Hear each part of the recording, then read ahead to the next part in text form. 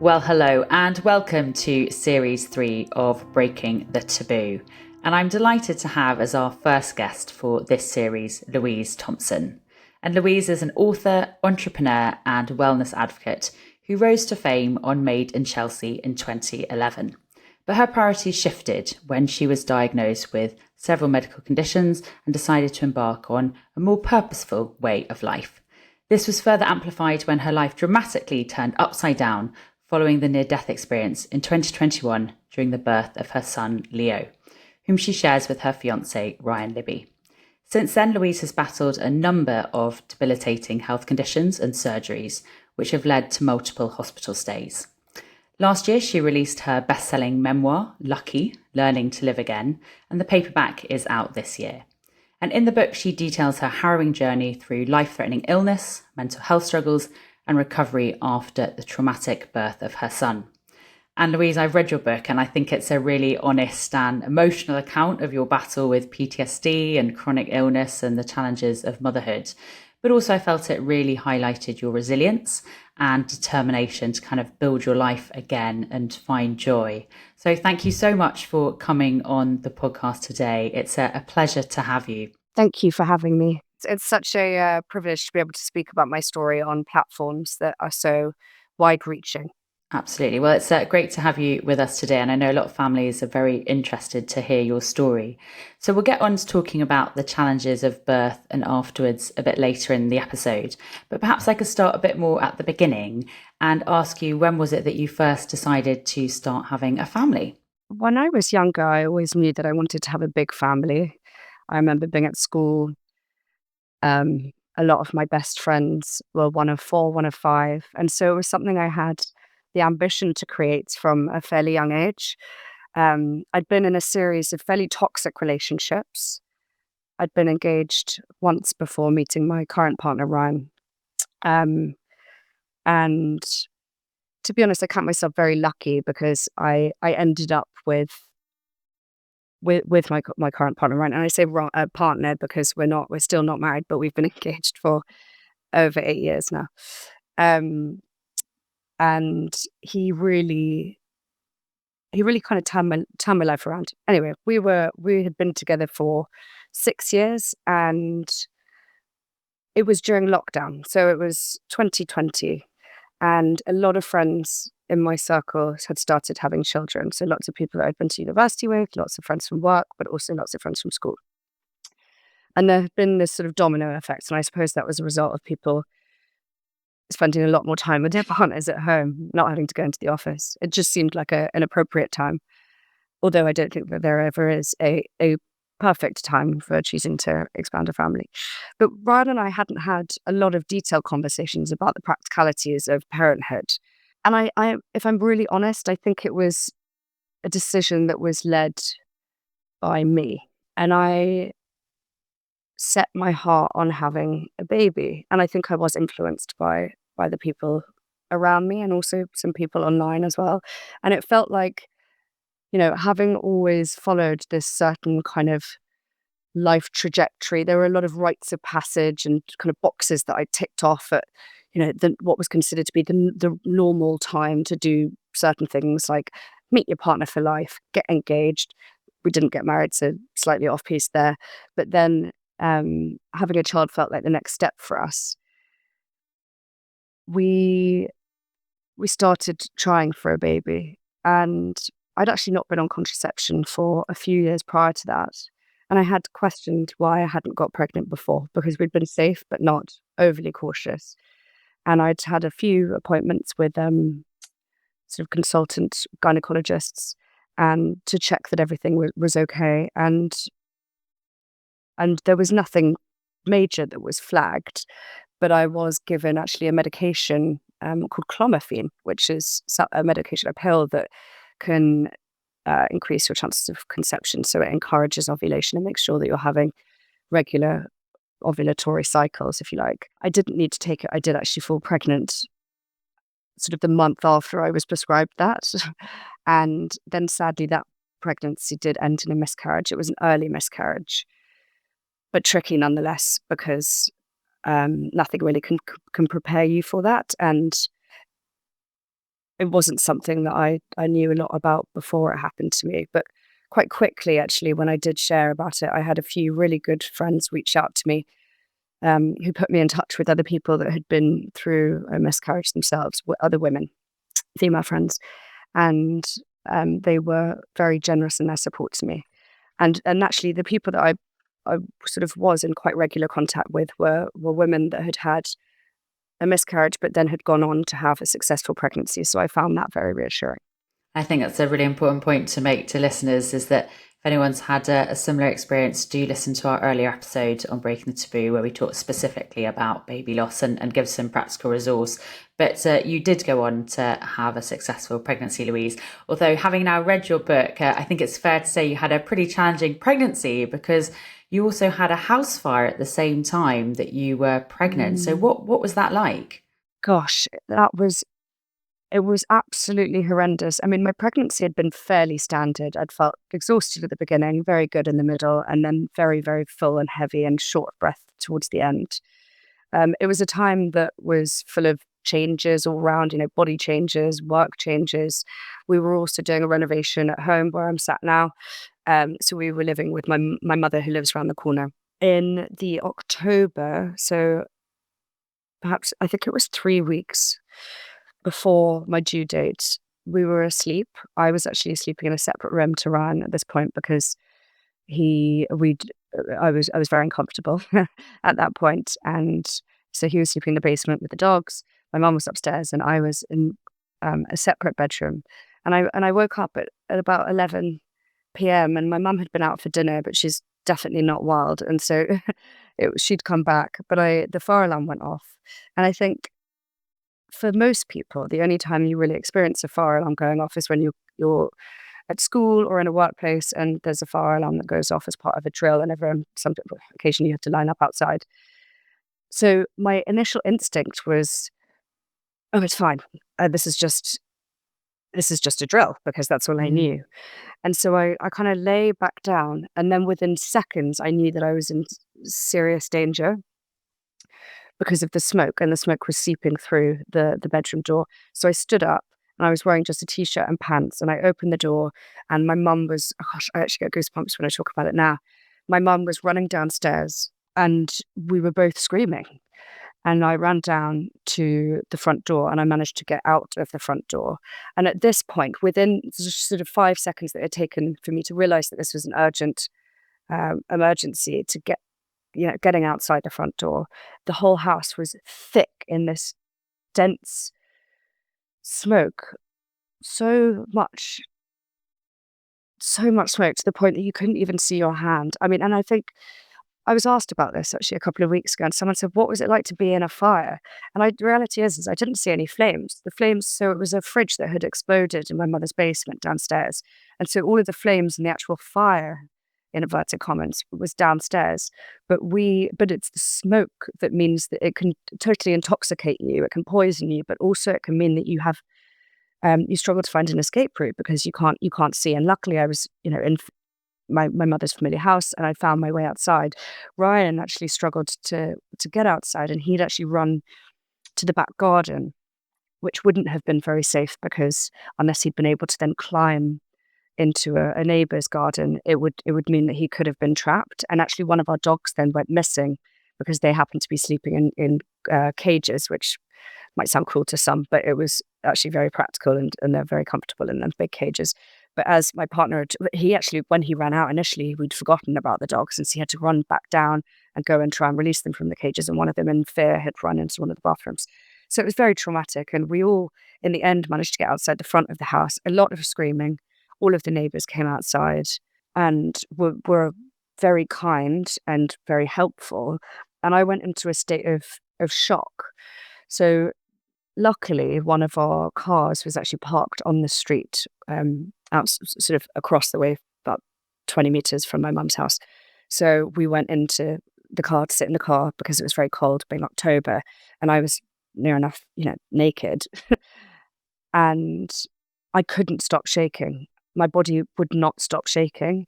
And so then this fear set in that I was going to bring on my labour, or that something bad was going to happen to my child because of the distress that I was in. So I was trying to breathe through the fear, but I couldn't do anything to control my body. And I was worried about carbon monoxide poisoning, and that was the main thing that was going through my head at that time.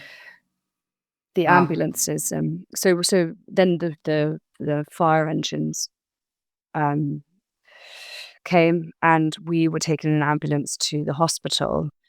And we were very, very lucky, actually, that one of my business partners happens to be a neighbour, so he could take the dogs, because in this sort of state of crisis, you don't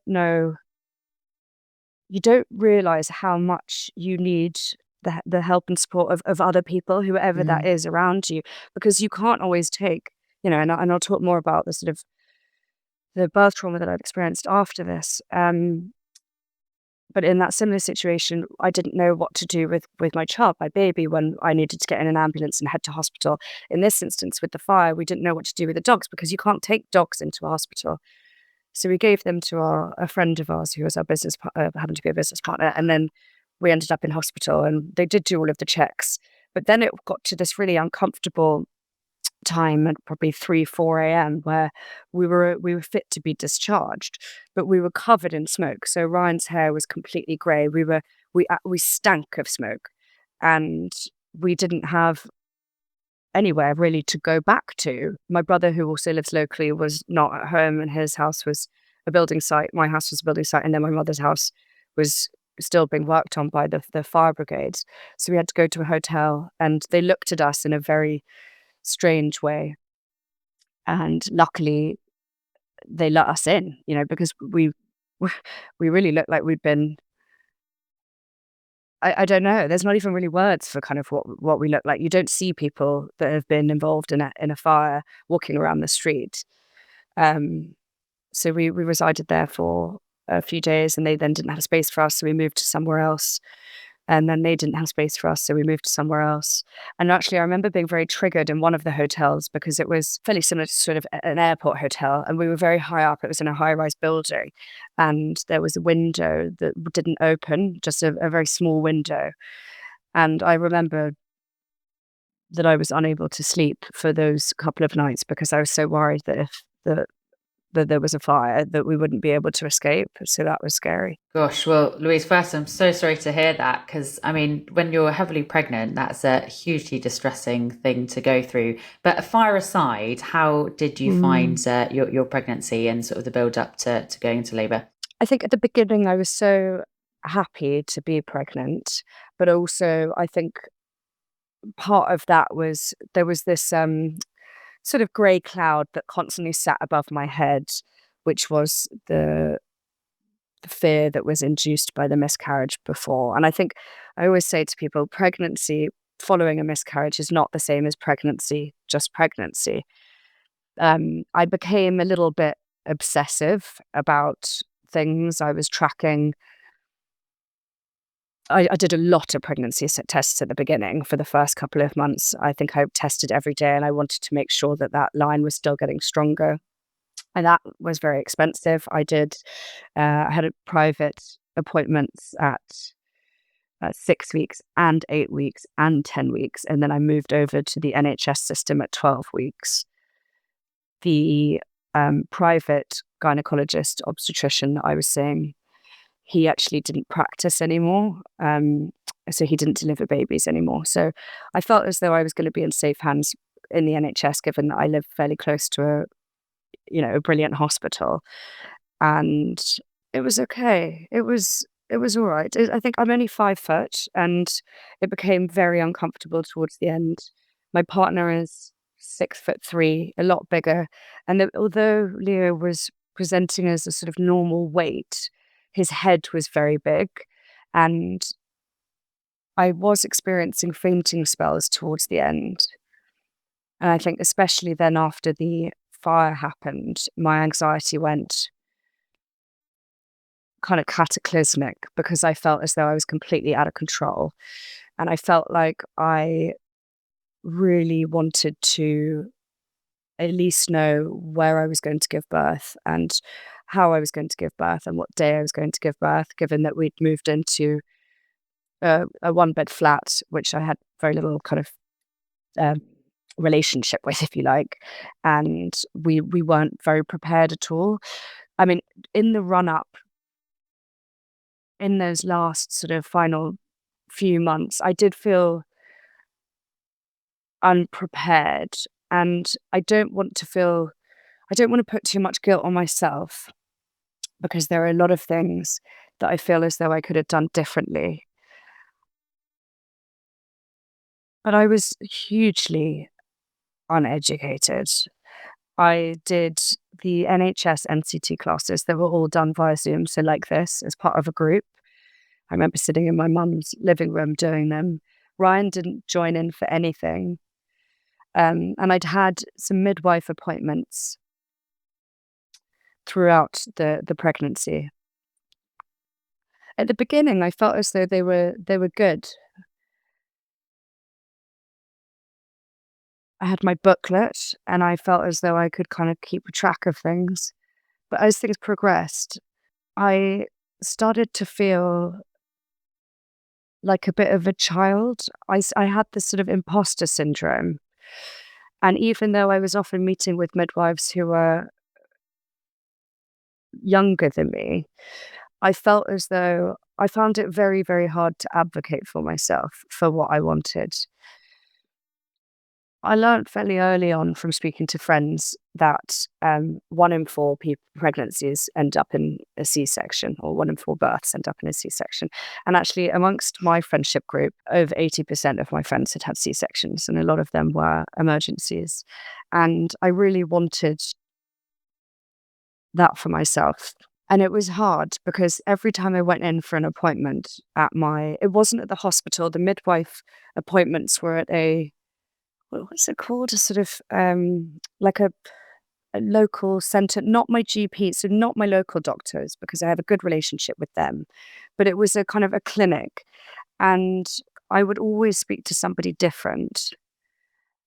And I remember after or around the time that the fire happened, I went in for an appointment and I tried to advocate for the C-section a number of times, and I wasn't getting the progression that I liked. So I didn't have an email address. I didn't have a contact detail. I didn't have the doctor's appointment booked in. I didn't get to speak to a consultant.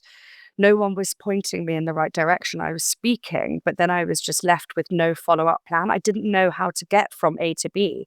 And, I kind of I kind of liken like the medical space to the political space, which I have very little experience of. But it's one of those things that you hear about, you see on TV, and you might know a couple of people who work in that space, but there's no way of accessing that space. That feels like there's no kind of clear line of communication where you get to speak to people in those big positions. It got to a point then. So I had one really horrible experience where I went to an appointment, and the lady actually shouted at me because I hadn't brought my booklet, even though I'd explained that I'd been in a fire. And she said that there was nothing that she could do in terms of any of the reporting because I didn't have my documents with me. And so that made me feel really bad. And after that, I took Ryan to my next appointment, but still we didn't have a next step for us. So a few weeks out from birth, I was really umming and ahhing with the decision to go private. But I couldn't bring myself to do it. I just couldn't, because I knew that I'd paid taxes for all my working life. And I knew that I'd gone from 12 weeks, I had the 12-week scan, the 20-week scan, and everything else had been done through the NHS, that I didn't want to just fall at that last hurdle. So I almost didn't want to give in. So I found a couple of email addresses for the sort of birth department at the hospital that I was giving birth in, and also the midwifery team that I'd been speaking with. And I sent an email, and it was an email. It was like I was applying for a job. I felt like I needed to pitch. So I wrote up this really clear case for myself with all the reasons why I believed that I deserved to have a C-section. And I thought that I had a really strong case. I'd been diagnosed with an inflammatory bowel disease several years before. I had been suffering with these fainting spells. And the fire on top of that had really kind of made me feel pretty anxious. And I didn't receive a response. And so at a certain point, I basically just resigned to my fate. Well, Louise, firstly, I'm so shocked to hear that you weren't listened to when you were very clearly advocating for a C-section. And that does unfortunately chime with so many of the mothers that I heard giving evidence to us in Parliament last year during the birth trauma inquiry.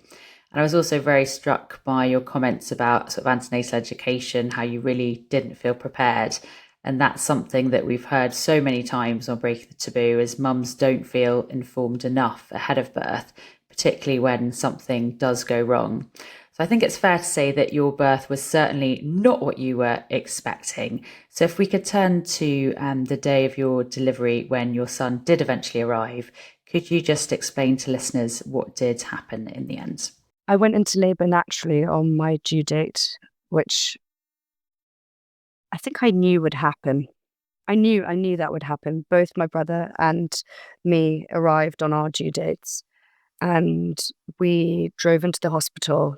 It was a weekend, so it was a Sunday, and we initially were turned away, even though at home I had actually had something come out of me that was very, very shocking. And I'd done quite a lot of research on what a bloody show was. And sorry if that's a bit of an overshare, but when women go into labor, they can often lose a mucus plug, which comes out and can look fairly unattractive. And it was a lot of sort of clear fluid, but then a lot smeared with a lot of brown and also a lot of blood. And so that was an alarm bell. And the contractions had started as well. And so I'd started timing them on my phone. We went in and we were sent away. And very quickly after arriving back home, I was in an excruciating amount of pain. So we turned back around and then we were admitted and we were allowed in. And there was a lovely lady actually who kind of took us in. And then we were quickly taken to the labour ward. So I was put into a room. There was no introduction to anybody. And I was left to figure out how to navigate this space. I'd never been in a birthing suite or a labour ward room before. So there was just a bed and then a sink and then a window and a chair. And Ryan was sitting in a chair. I think there was a ball as well. I just remember being bent over this bed and being in such excruciating pain that I couldn't stop making really, really sort of animalistic noises. And I felt very scared and very unsupported. And it was only when the lady who had checked us in the other area, which I think is the maternity assessment suite, she came in just to sort of clock off. So she was saying goodbye, and which is very kind of her. I don't know why she decided to do that, but she came into the room and went, "Oh my goodness, why is no one doing anything to this poor woman?" And she went and got a towel and she put some water on it. She wrung it out in the sink, and then she put it around my neck and she sort of got me this ball and said, "At least bounce on this, but you're definitely in a lot of pain. Has no one come in to try and administer, at least offer you some gas and air or talk through other options?" And I've not revisited my birth plan since, because even though 3.5 years later, you'd think that I'd be in a position to kind of dig up some of the documents. So it does feel, I feel quite removed from that, but I was not somebody that ever wanted to have a home birth, a natural birth, an unassisted birth, a birth without medication or pain relief. I was desperate for pain relief. And I then tried a bit of gas and air, but I started hallucinating and feeling really unwell. And that was kind of amplifying the anxiety. And so I asked to have an epidural. And it was a really, really long time before I had a successful epidural administered. And I've since learned, through my birth debrief and through speaking to people like you and other people who have had similar experiences, that there's a window of tolerance, and there's also a window of acceptability when it comes to a woman requesting for stronger pain relief, something like an epidural, and it actually being administered. And mine went way beyond that threshold. I think it was over 2 hours until they actually managed to get the epidural in, by which point I'm in so much pain, and actually trying to get it in is so uncomfortable. I'm kind of bent over this bed with over my this ball of a stomach in front of me, and several people jabbing away at my back. I don't think it was the best start. All the meanwhile, at the back of my head, I am feeling fairly resentful because I know that I really want to have a C-section, and I know that my body is not capable of delivering this baby that's inside of me. I think as a woman, we instinctively know what the right decision is for us. And look, it doesn't always necessarily go that way for the people that really, really want to have a home birth or really want to have a natural vaginal birth. Sometimes it can, the the room can change and you have to reevaluate your decision. But for me, I really knew that my son was not going to come out of me naturally. So I'm going through all of the steps to administer the pain relief, and then I'm kind of like landlocked onto this bed, but I'm still in a lot of pain. So there's part of me that's thinking this epidural actually hasn't worked. So then I'm on this bed, and someone comes in and they break my waters, and there's meconium in the waters, and no one actually communicated that with me, but I can see all of this mess in the broken water, and because they're carrying it away on one of those Inco pads. And throughout the kind of, gosh, it's just throughout the next however many hours, I just start to feel really, really unwell. And I know that something is wrong in my body. And it's only really later, when I've been able to look at the reports and the Sun reports and the notes, that that it's been made aware to me that I had a really significant temperature.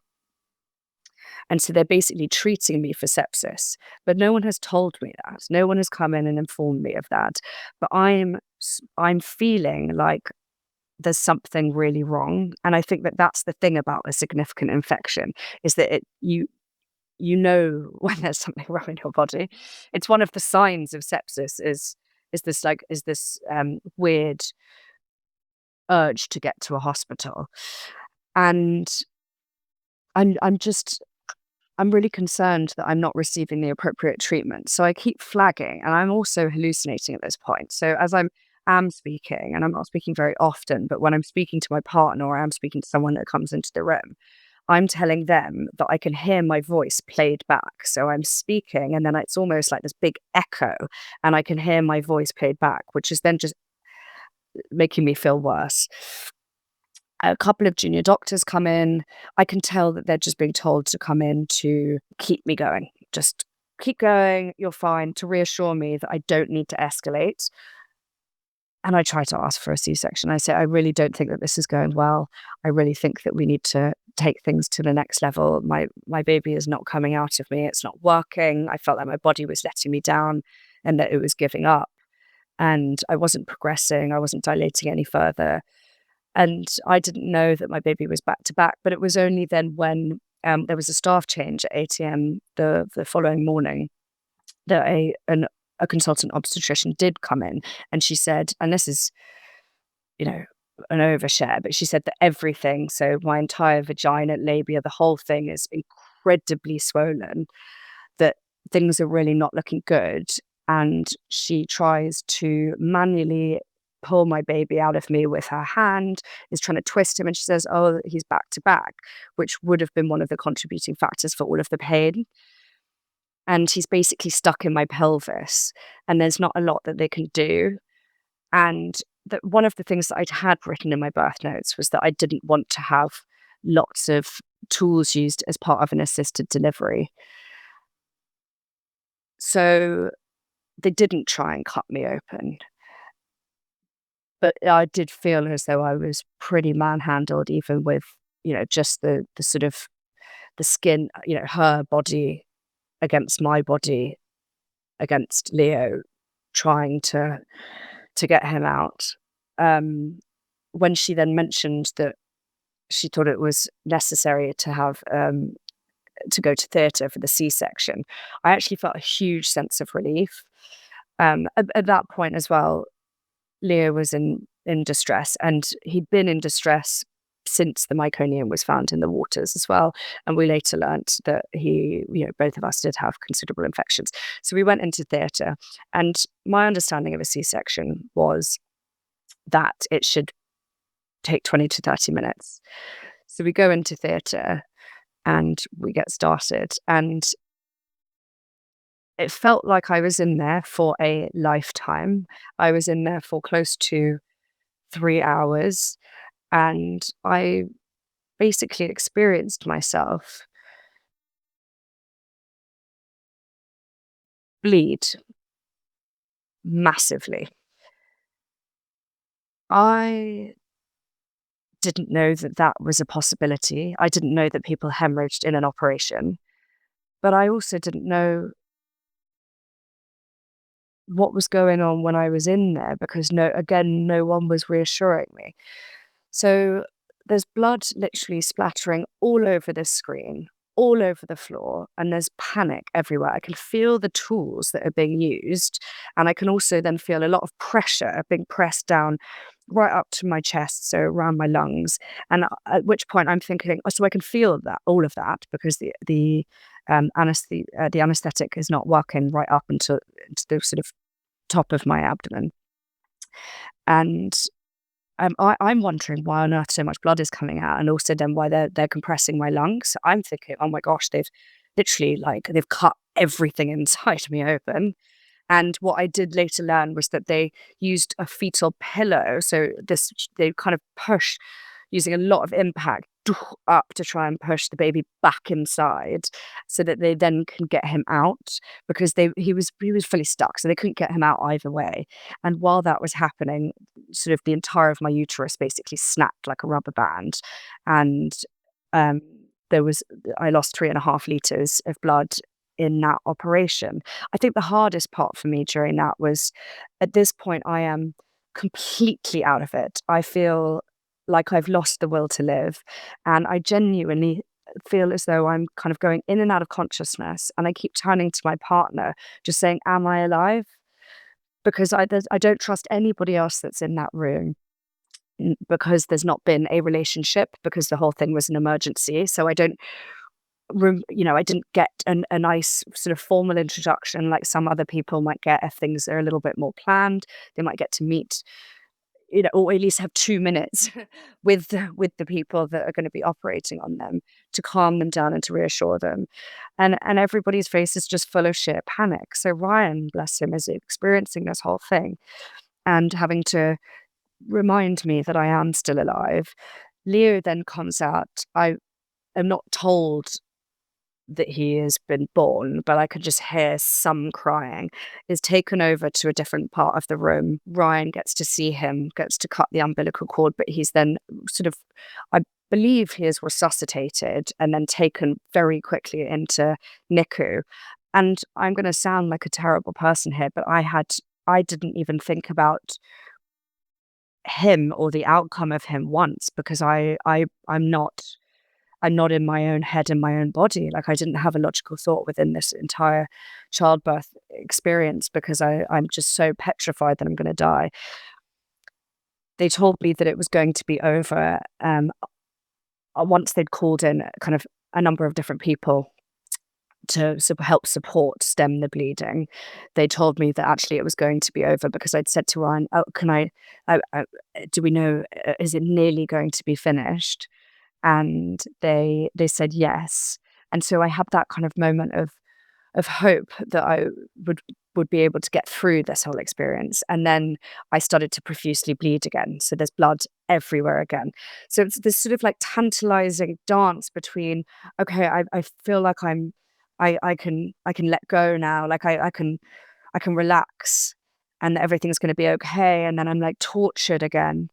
And in the end, finally, they do stitch me up. I'm so exhausted that I get moved. Everybody's left the room, and I'm moved onto this sort of like metal trolley. And I actually think that I'm going to be put into I don't know, I felt as though I was dead and that I was being moved onto a trolley and was actually going to be put into a morgue somewhere. And I know that that might sound really dramatic, but I can't help the thoughts that were going on in my head.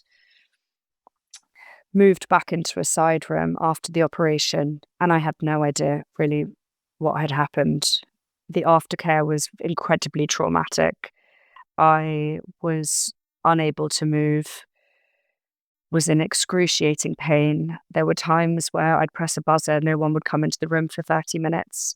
Ryan had to sleep on the floor because I couldn't be left alone.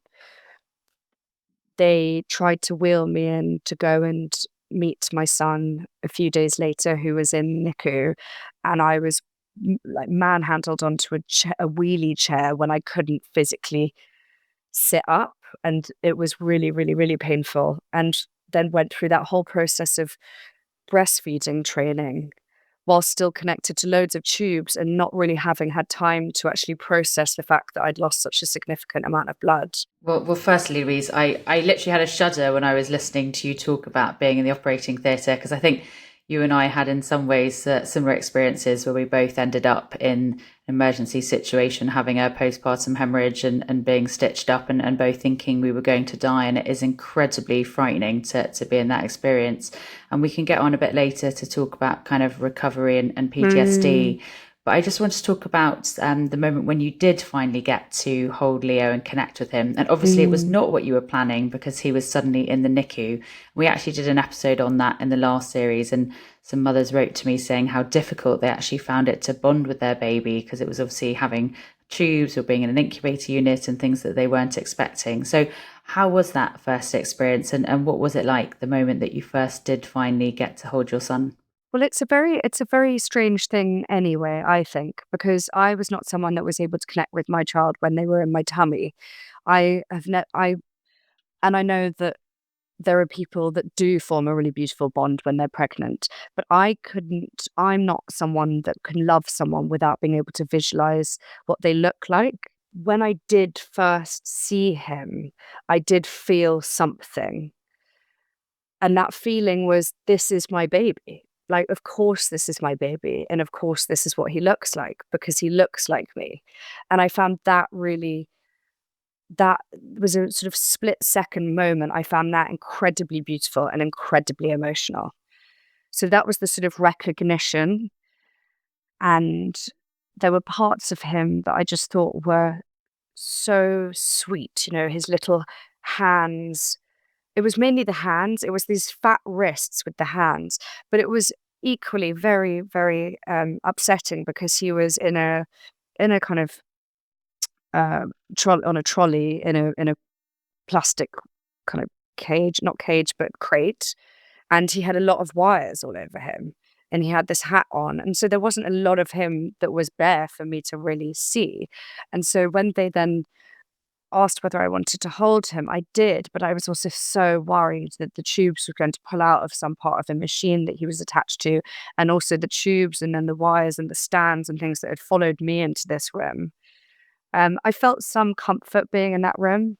I felt some sense of safety being in that room, because I'd seen what I had imagined a medical space would look like. It felt more hospitally, because there were sort of high-tech machines, and there were some really, really amazing medical professionals that were working in that space, that were hugely compassionate, very kind, gentle, had this sort of soft touch, and basically an amazing bedside manner.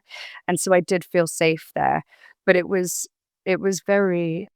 not how I had imagined the I'd it I mean, it couldn't be further from how I imagined that first encounter would look like. And the problem is that then, once they pulled a sort of curtain around us, so we had a little bit of privacy, and they tried to connect us by teaching me how to breastfeed and to try and get that. I can't remember what the golden nectar's called that comes out. Oh, colostrum. Oh, the colostrum. Yeah. Um, So by him latching onto me, I then was experiencing really, really significant pain. And that was in my lower left side.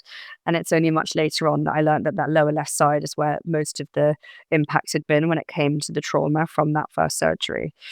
And whenever then he was feeding, and it was for a very short period of time that we managed to successfully feed, if you can even call it that, I'd get this excruciating pain down there, despite the fact that I was on, I wasn't on actually, I was on Oromorph and morphine and some other painkillers, but because of my inflammatory bowel disease, I'm not allowed to be on ibuprofen and certain painkillers. But it was really cutting through all of the pain relief, and I'd said to them something isn't right, and there was definitely a connection. And since I've learned that the oxytocin that is released when you breastfeed causes the contractions in the uterus, which is necessary for it to kind of contract down, so that it shrinks because it inflates a lot after you give birth. That because there were problems in my uterus. It wasn't contracting down, and it was causing this awful pain because of the operation that I'd had. So that was then that sort of bonding moment quickly turned into something really negative, because then I just associated holding my baby and trying to feed him with, oh gosh, I'm going to die again. Don't you find that when you're having sort of discussions with friends and pregnancy, everyone just makes out that breastfeeding is going to be really easy and that you'll definitely be able to do it? And one of the things I want to do with this podcast is to break the taboo by talking about breastfeeding and saying, no, it can be incredibly difficult. And for people like you and I who'd also lost a lot of blood, our body's focused on repair and looking after us. And the last thing it wants to do is be providing breast milk for your baby. And it can be very difficult to sit and to hold your baby. So how did you find breastfeeding? And did you end up having to move to bottles? Yeah, we had to move to bottles when we were still in the hospital. I didn't feel guilty about that. It felt like a total necessity, but I didn't enjoy the fact that we had to beg for them. Then my partner ended up, being able to bring supplies in for us.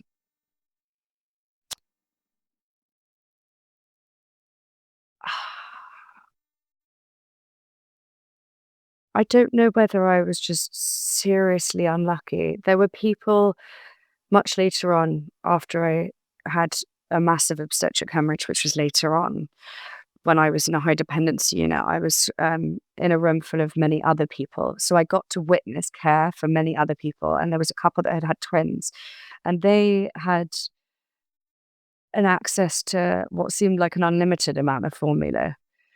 And so I just felt really like hard done by.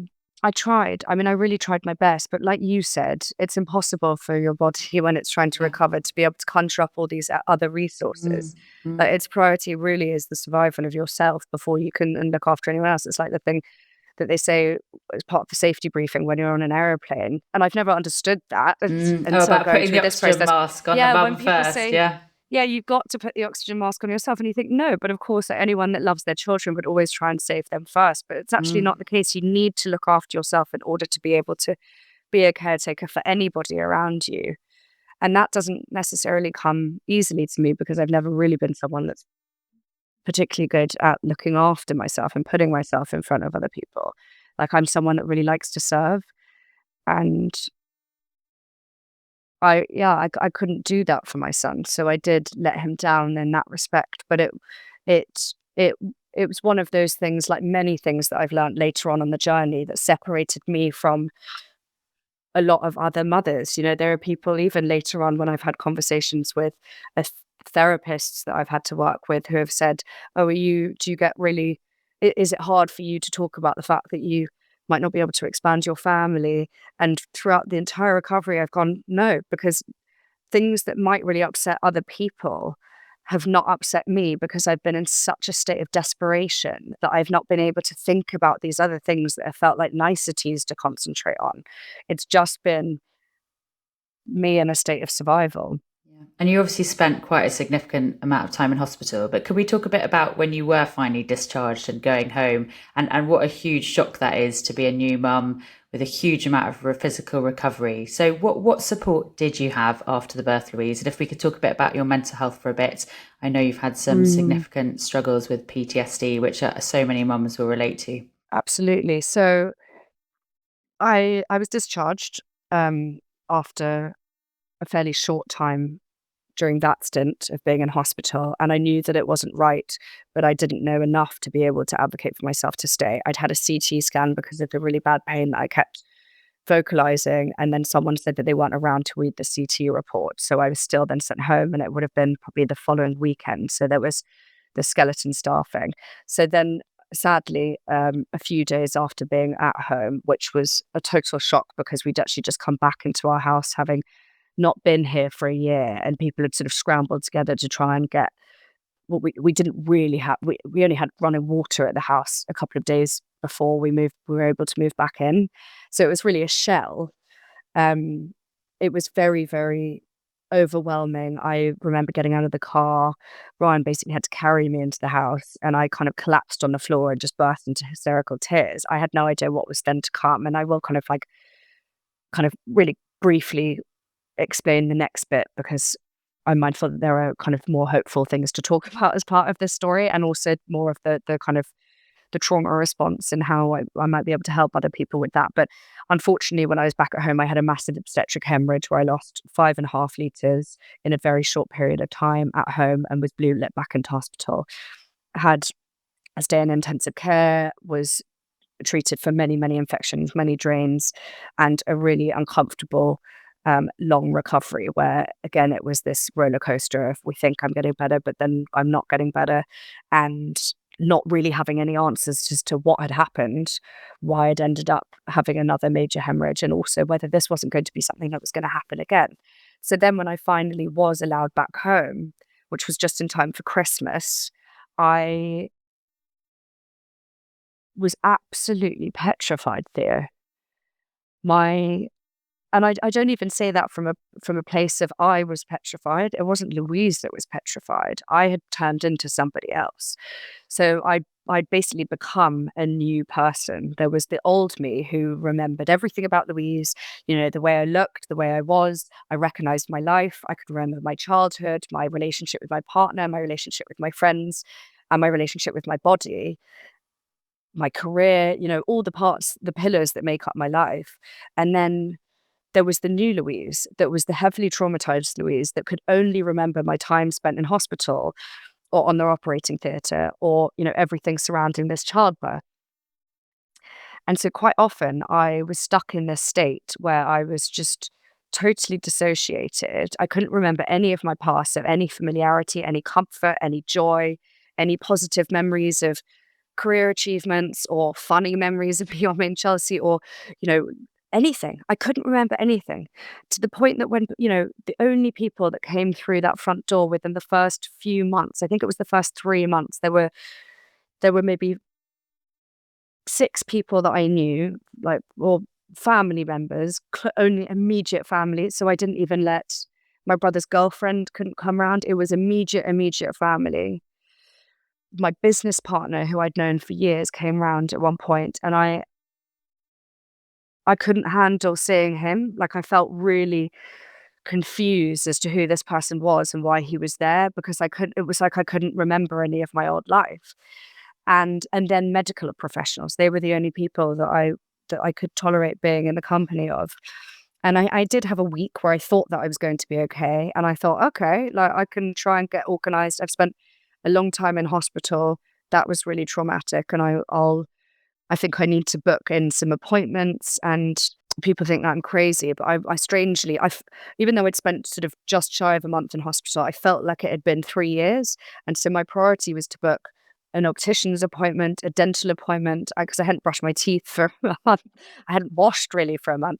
So I thought I need to kind of pick up the pieces. And I thought that I'd be capable of doing these things and leaving the house. And I tried to leave the house and go on a walk to a coffee shop, and an ambulance went past, and something in my head just went poof. And from that moment onwards, I started to really, really struggle, and I started to get really confused. And I d- I'll never be able to put like that experience really into words, but I spent really horrendous moments within those early months, sitting on the sofa, either having a flashback or dissociated or having what my parents would call a psychotic episode, where I didn't know what time of the day it was. I didn't know what I was supposed to be doing. I didn't know how to spell my name. I wrote about this in the book. It was very weird. I didn't know how to live my life. I would open the fridge and I go, I don't know what I'm allowed to eat. I don't know. Is that going to kill me? Is that going to kill me? I'm not sure I can remember even how to cook an egg. I remember getting my mum to actually like test me to do an exam, not an exam, but to basically, I was like, I don't think I can cook for myself, so I can't ever be left alone, ever, to take care of myself.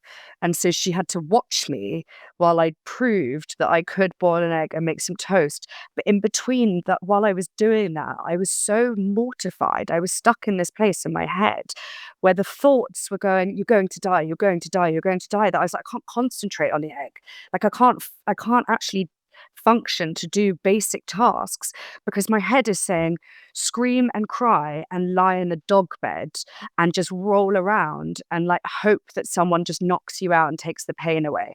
And that is what it felt like for a really long time. And it was, from moments of that to then moments of lucidity, kind of going in and out, but not having any understanding of what was triggering the bad episodes in between the okay ones.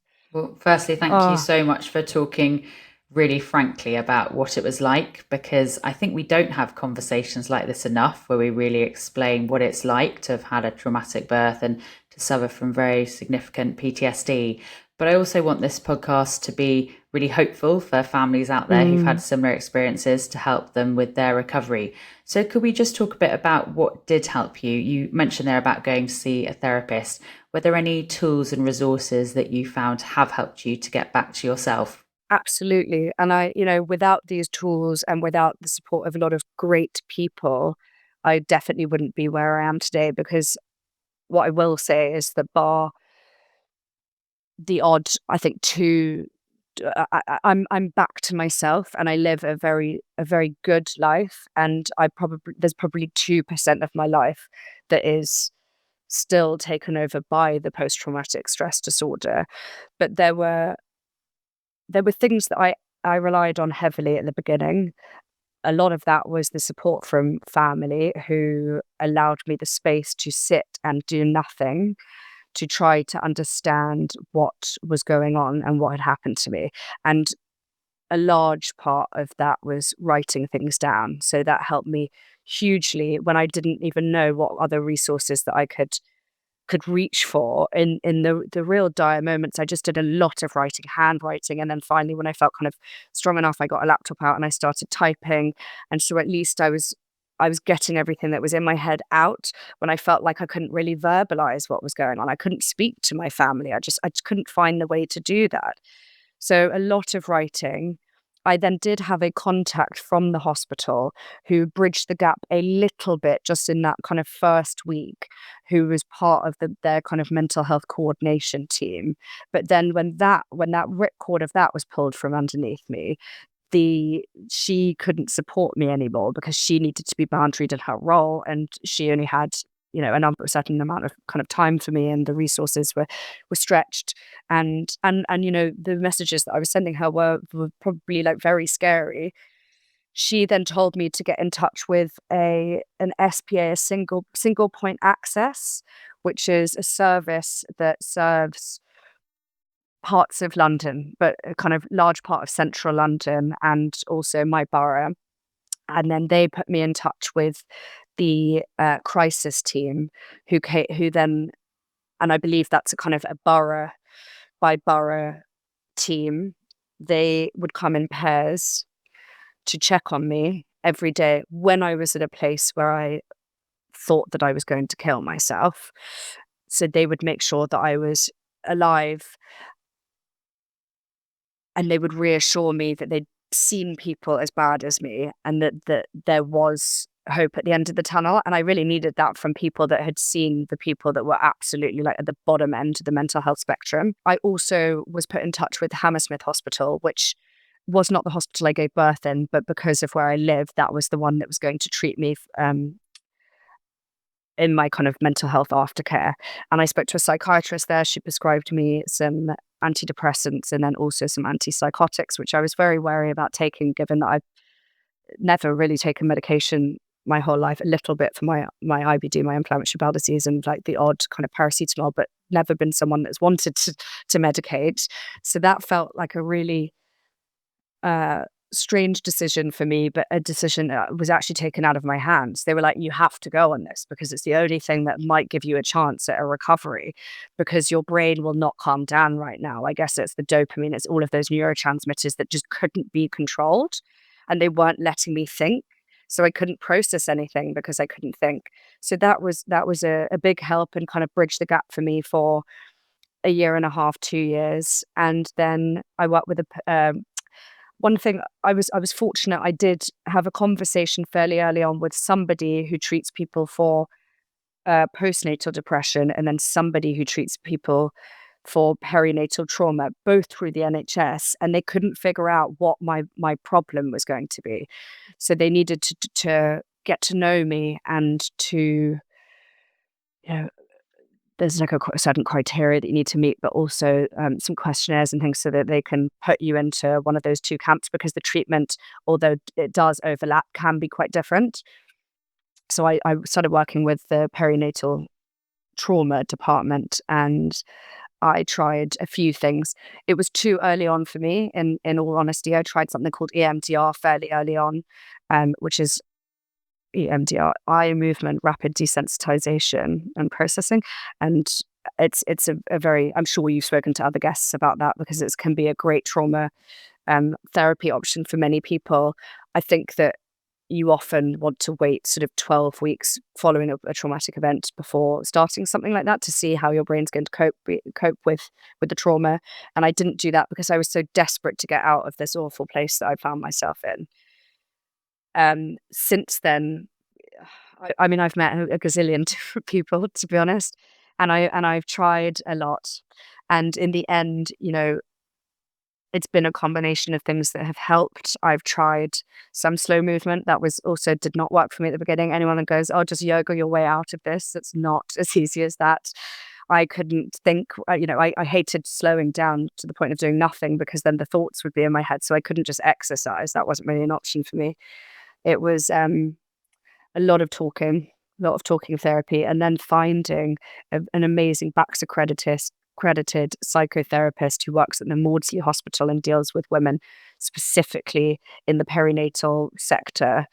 And she worked through all of my trauma with me at an incredibly slow pace. And we worked on some CBT techniques, tried to reframe the whole thing. And also we did a hospital visit together where we tried to kind of undo, like rework some of the memories. That was very traumatizing. I think what's interesting hearing about you talk about the different types of therapy is it's firstly really important to acknowledge when you need help and to ask for it. And I hope anyone listening to today's show who's had similar issues with your mental or physical health, don't feel ashamed. And there's nothing you've done wrong. This is something that's happened to you. So do, reach out to professional services who are there to help you. And Louise, you had such a tough and traumatic time. I suppose I really have to ask the question, do you think you could go through it all again, or is Leo going to be enough? Well, it's something that we've only really just started thinking about, to be honest, Theo, because we've had to put ourselves and our family first and the recovery first. And once the recovery kind of got to a place where we felt like we were in control of that and making some good progress, and had learned all of these tools on how to handle the trauma, the next thing really that we had to try to recover, to be really honest, has been the financial loss of all of this. And so getting back into work and finding a routine with that. And we feel good. I've spoken purely on kind of about my account of the whole thing, but it's taken Ryan, my partner, an awful long time to get to a place where he can say that he feels good. And, I think everyone in life has ups and downs. We all face lots of challenges, but for him to see me go through all of this and for him to have to take the kind of lead role when he's not someone that is particularly good at managing a situation. He's not a manager. He's not a passenger either. He's very good at helping people, but he has always wanted to be able to fix somebody. And I think it's been incredibly tough for him to find the patience in living our life over the last 3.5 years. So it's something we're thinking about. I have been told by a number of professionals that it wouldn't be safe for me to carry a child again. I wouldn't want to from the psychological perspective. But I am interested in freezing some fertility, freezing some eggs and embryos to preserve our fertility for the future, because I would really hate for this trauma to have had a lasting impact that means that the rest, it's changed our lives, but like indefinitely. I mean, there are so many ways in which it's changed our lives. And there are things that are completely irreparable, and I will never get to experience a beautiful birthing experience. So I have been robbed of that, but I do still have ovaries. And so we're kind of starting to have conversations with people about IVF, but not to then reimplant, just to put in a freezer and then to, have the option in many years to come. Yeah, I think it's very sensible. And we're getting towards the end of the episode. So just before I put you in the hot seat for my 2 regular questions to everyone on the show, could I just ask a bit about the kind of reinvention of you now and your sort of career evolution? Because, before you had your baby, you've been on television, you were on the front cover of women's health magazines, you were doing a lot of fitness, and you were a great sort of advocate about nutrition and looking after yourself. And I think it's fair to say life has completely changed. So how have you found that? And how have you sort of started to accept your new body and the new you? It's taken a really long time. I think everyone goes through a big identity shift when they have a child, regardless of trauma or not. And I was not expecting that. I'll be honest, I was fairly naive. I thought that having a baby would look like being able to continue your life, but you've got a pram that you're pushing, or there's a baby in a baby bouncer while you're working at a desk. And it couldn't be further from that. But with all of the trauma on top, I suppose it completely put my life on freeze, but then gave me an opportunity to rebuild it back in a slightly different way. And that's one of the benefits of going through something really, really challenging, is that it does make you see the world in a different way. It changes your priorities, and it gives you an opportunity to pivot, because sometimes we're not brave enough to make those big changes or kind of career decisions day to day. And I don't think I would have ever had the courage to go, you know what, actually, I'm completely stepping away from all things reality and all things social media for a bit, and the comfort of just working with brands and advertising campaigns. And I'm going to go and throw myself into something that's purpose-led and do lots of things that feel really, really, really hard, because I could never public speak. I could never sit on a podcast. I could never go on Sky News. I could never sit in Parliament with you, Theo. I mean, I'm still someone that has, I'm working on my confidence, but it doesn't come naturally to me at all. But I'm really driven by the women, the thousands of women, tens of thousands, hundreds of thousands of women who have communicated with me that they've been through something similar, to keep speaking up about this topic, to hope that a difference can be made. And I know that you're really at the forefront of all of that. And I have to say, I'm so grateful.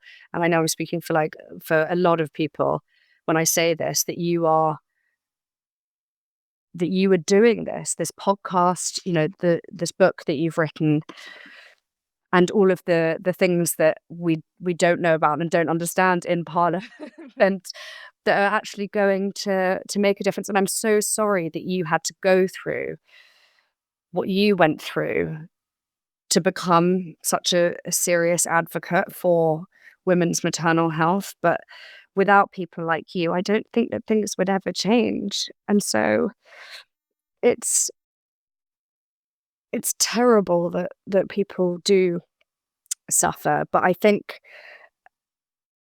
that maybe we're close to something happening. Well, Louise, thank you so much for your really kind words. And you've become such a huge ambassador as well for talking about this. And I hope what you and I are both doing for listeners today is breaking the taboo by talking about birth trauma and saying that it's okay to not be okay, and that it's okay to ask for resources and help. And actually, you brought us on very well to one of the questions I ask all my guests, which is about policy. So if I could put my kind of former politician hat on for a moment, there's so many things that we need to do to improve NHS care for new mums. But we know that politicians are listening to the podcast. So if the Prime Minister was here today listening, what would you like to say to him to improve care for mums like you and others? My recommendation is a very personal one. But for me, it's very important to have really thorough antenatal education, to the point where there's sort of a tick list of things that need to be explained to you. And then at the bottom, you get to make a decision and somebody listens to you. And when you've made that decision, you are guided to make the correct next steps. And I do think that there should be more consultant-led care for first-time mothers, because if you haven't experienced childbirth, then you've not got, it's just something that is so new. And I do think that, again, it's different if you go into your second birth or your third birth, because you've got that prior experience, you know what you're talking about.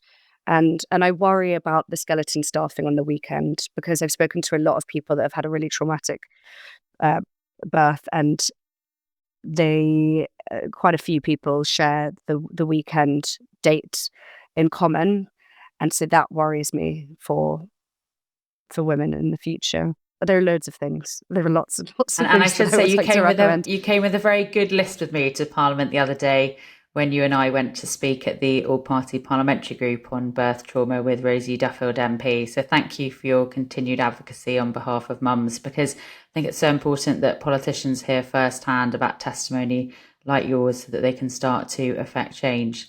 And our final question. One of the other things, sorry, I do believe that if someone's going to be in a long operation, that they should be given the option to be put to sleep, because I think a lot of my trauma could have been prevented if I hadn't witnessed the operation awake. Gosh, I so agree with you, because I had exactly the same. I was in theatre for over 2 hours awake, and they also refused me a general anaesthetic. So I very much relate to that.